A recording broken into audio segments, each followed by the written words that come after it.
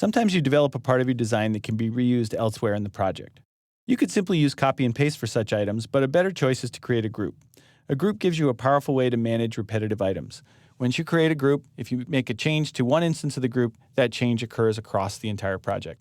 So to demonstrate that, I'm going to work here in this file called Create a Group, and we're going to use our condo layout that we've been working on for the last several movies. I'm going to zoom out just a touch here and make a window selection around everything that I have on screen. And then up here on the ribbon, we will find our Create Group command, or we can type GP. A dialog will appear which actually indicates for me that I'm really creating two groups. The model geometry, such as the walls, doors, and windows, will go in the first group, and I'm going to name that 2-bedroom unit. And this is a model group. Model groups contain model geometry.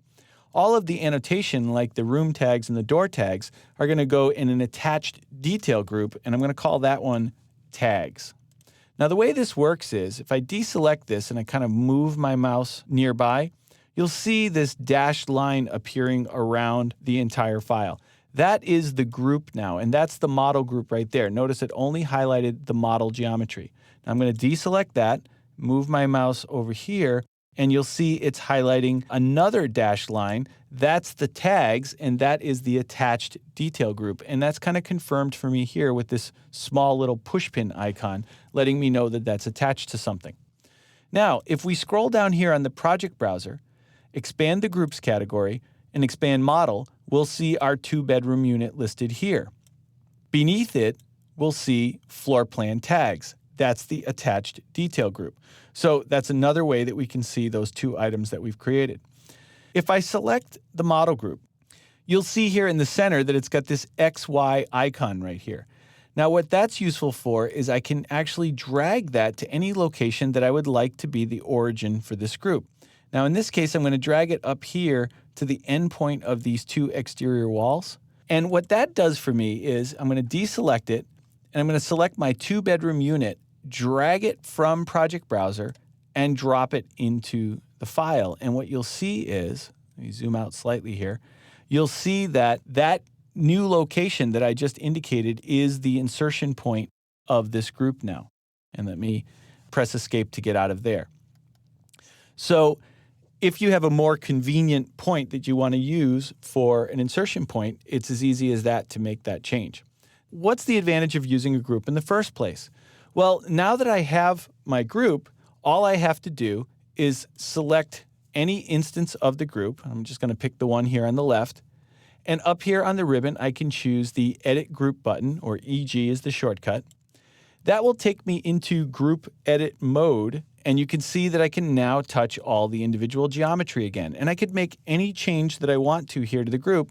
Well, I'm going to do something that's just simple and obvious. And so up here on the architecture ribbon, I'm going to click the window tool, open up the list of choices, and I'm going to pick this 72 by 48 double casement window. And I'm just going to place an instance of that here in this bedroom. When I click Finish right here, I want you to pay attention to this wall right there.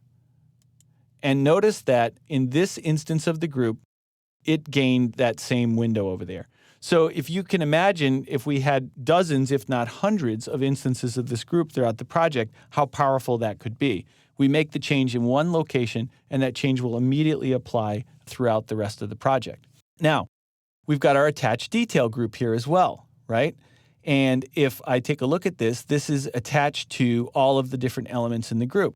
This one, however, is just the model group. It doesn't have those elements. Well, it turns out that all I have to do is select it, and then on the ribbon right here, I can click Attach Detail Groups. That will show me any attached detail groups that belong to this group. In this case, the floor plan tags. I'm going to check that.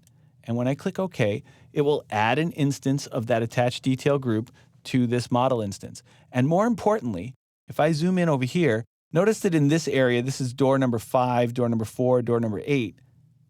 Notice that these doors have renumbered to have unique numbers. So Revit won't replicate the same numbering. It will renumber the objects for you. Now, if you don't like the numbering, you can always renumber them later, and that will be a subject of a later movie. But it's really a powerful feature that it maintains all that numbering for you automatically, and all you have to do is add the tags. Now, if you have a situation where you need to create a group that's slightly different than the first, maybe we want a version of this condo that doesn't have the second window, then what we can do is we can actually select the group. I'm going to make a copy of it. I'll just do copy, and I'll put another version of it over here. And I'm going to keep that selected. And over here on the Properties palette, I'm going to click the Edit Type button. And what you'll see is that groups behave a lot like other objects that we have in Revit. We can see the type properties here. Well, in this case, there aren't any properties to manipulate, but I can duplicate and rename. So I'm going to make a duplicate of the 2-bedroom unit, and the suggested name is 2-bedroom unit 2. I'm just going to put one window here just so I know that that's what this one is, and click OK, and OK again. This is a separate instance now, so if I edit the group, I can select this window and delete it. That will not apply to these other two.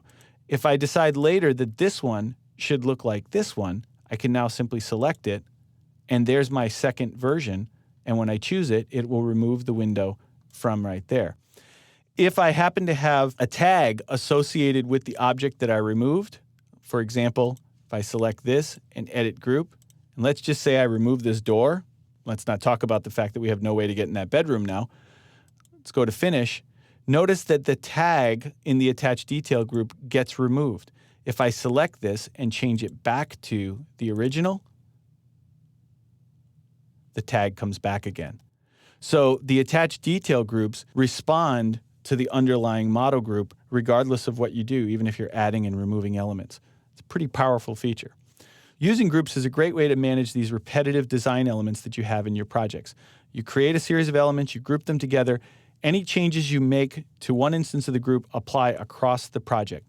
You can swap in and out different versions of the group, and by using attached detail groups, you can even manage the annotation and the tags that are associated with those nested model elements.